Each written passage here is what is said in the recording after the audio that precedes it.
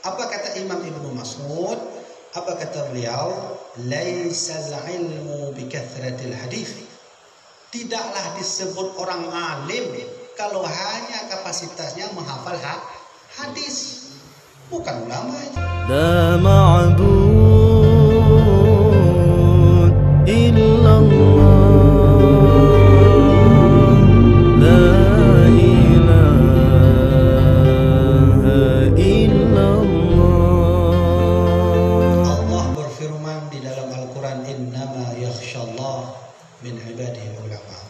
Hanya saya yang takut kepada Allah itu ulama. Sekarang pertanyaannya, ulama semacam apa dulu? Yang ngaji di Yaman 4 tahun pulang langsung jadi ulama kah? Atau yang sudah ngaji puluh-puluh tahun baru jadi ulama? Mari kita buka kitab tafsir Imam Ibnu Katsir pada surat tersebut, surat Innama yakhshallah minal ulama. Apa kata Imam Ibnu Mas'ud? Apa kata beliau? Laisal ilmu bikathratil hadis. Tidaklah disebut orang alim kalau hanya kapasitasnya menghafal hadis. Bukan ulama itu. Imam Ibnu Mas'ud itu siapa? Sahabat Rasul. Itu. Wa innamal ilmu, yang disebut orang alim itu kata Imam Ibnu Mas'ud bikathratil khasyah. Orang yang selalu takut kepada Allah.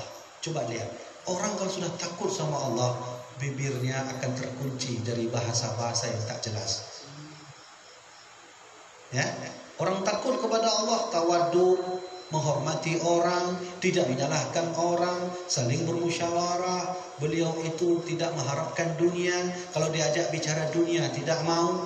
Itu disebut dengan kathratil khasyah yang disebut oleh Imam Ibnu Mas'ud. Maka di dalam kitab Nufahat ala Syarah Warakat bab syurutul mustafti, bahwa Syekh Ahmad Khatib berkata syarat menjadi ulama itu harus menguasai ilmu nahwu, saraf, fiqih ala madhabul arba'ah, fikih 4 madhab, harus bisa usul fiqh, harus bisa ilmu hadis, harus bisa ilmu Quran, harus bisa ilmu tajwid.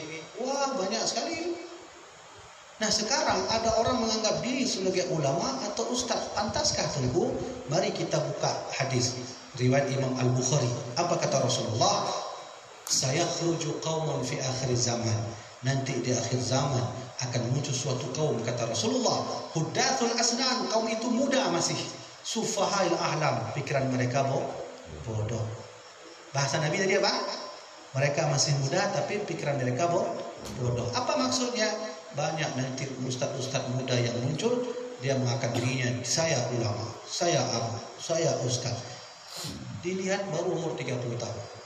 Lahir tahun 91.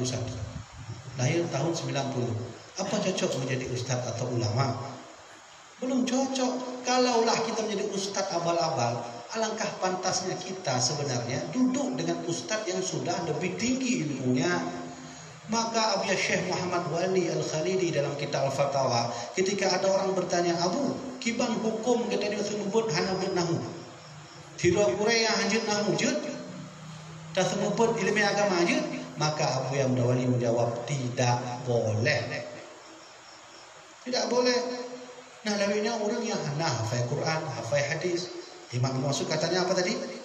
Laisal alim, bukanlah orang alim, orang yang hanya menghafal hadis. Tapi orang alim itu orang yang bikathratil khasyah, tunduk takut kepada Allah Subhanahu wa taala. Lantas apa kita salahkan mereka? Tidak boleh juga. Kata pepatah Arab, la tahtakir man dunaka falikulli syai'in maziyah. Jangan kau hina seseorang, karena setiap seseorang ada kelebihan. Lantas bagaimana caranya? Dia berkata salah tentu. Fatabayyanu, ajarkan mereka untuk bermusyawarah. Bilang, Ustaz, bahwa yang Ustaz katakan itu salah, bukan begitu, yang benar begini. Kata dia, apa urusan kamu? Urusan saya lah. Oh ya udahlah. Nah, ini dia.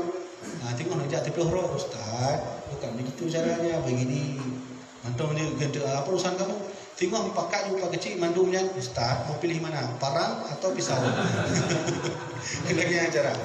Begitulah Islam mengajari dakwah, ajarkan dengan baik, bil mau'izati hasanah, ajarkan dengan cara yang baik. Tengku, kami bingung Tengku, bagaimana cara mengambil ulama yang betul-betul ulama. Ikutlah bagaimana kata Syekh Abdul Rauf As-Singkili dalam kitab Mir'atul Tulab. Saya mengajar hari Sabtu. Kitab itu di Makam Iskandar Muda.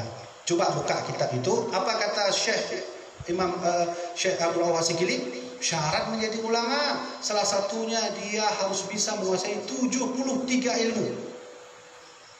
Ilmu usul, ilmu dagang, ilmu khiyar, ilmu wadi', ilmu nikah. Wah, banyak sekali. Ada nggak ulama semacam itu? Kayaknya nggak ada lagi. Maka oleh karena itu syarat menjadi ulama itu tidaklah mudah, tapi sulit.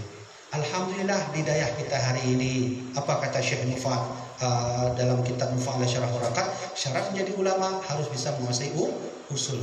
Hidayah belajar usul. Syarat menjadi ulama harus bisa menguasai fikih. Hidayah juga belajar fikih. Syarat menjadi ulama harus bisa menguasai usul fikih. Hidayah juga belajar usul fikih. Hidayah juga belajar mantik. Hidayah juga belajar isti'arah, belajar majas, belajar segala-galanya di sana. Apa yang dikatakan oleh Syekh Abdul Rauf As-Singkili, 73 ilmu itu ternyata hidayah semua dipelajarinya. Maka kesimpulannya adalah carilah ulama yang ada dasar atau basic dari hidayah.